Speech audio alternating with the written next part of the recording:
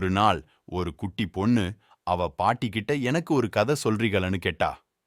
அதனால பாட்டியும் கரடியும் தேனீக்கும் நடந்த ஒரு கதைய பத்தி சொல்ல ஆரம்பிச்சாங்க. முன்னொரு காலத்துல ஒரு கரடி வாழ்ந்துட்டு வந்துச்சு. அந்த கரடி ரொம்ப கோபக்கார கரடி. அது சின்ன விஷயத்துக்கு எல்லாம் அதிகமா கோபப்படும். ஒரு நாள் அந்த கரடி காட்டு வழியா நடந்து போகும்போது அதுக்கு ரொம்ப பசிச்சுச்சு. அடடா, ரொம்ப பசிக்குதேன்னு சாப்பிட ஏதாவது கிடைக்குமான்னு தேடி பாத்துச்சு. அப்பத்தான் மரத்து மேல இருக்கிற ஒரு தேன் கூட்ட பாத்துச்சு. ஆகா, இன்னைக்கு நாம அந்த கூட்ட உடைச்சோம்னா நமக்கு சுவையான தேன் கிடைக்கும்னு வேகமா அந்த கூட்டுகிட்ட வந்துச்சு. அப்போ ஒரு தேனீ அந்த கரடியோட கையில கொட்டிடுச்சு.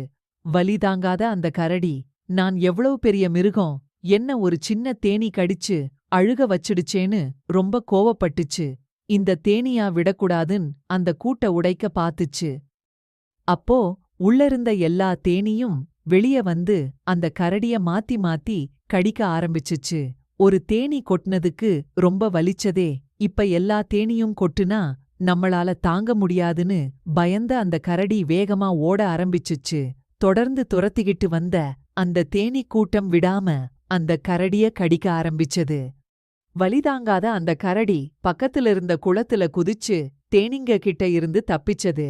இந்த கதையில இருக்கிற நீதி என்னன்னா, உருவத்தை வைத்து யாரையும் எடை போடக்கூடாது. ஆகவே குழந்தைகளே, என்ன நடந்தாலும் கோபப்படாம நிதானமா இருந்தீங்கன்னா எப்பவும் சந்தோஷமா வாழலாம்.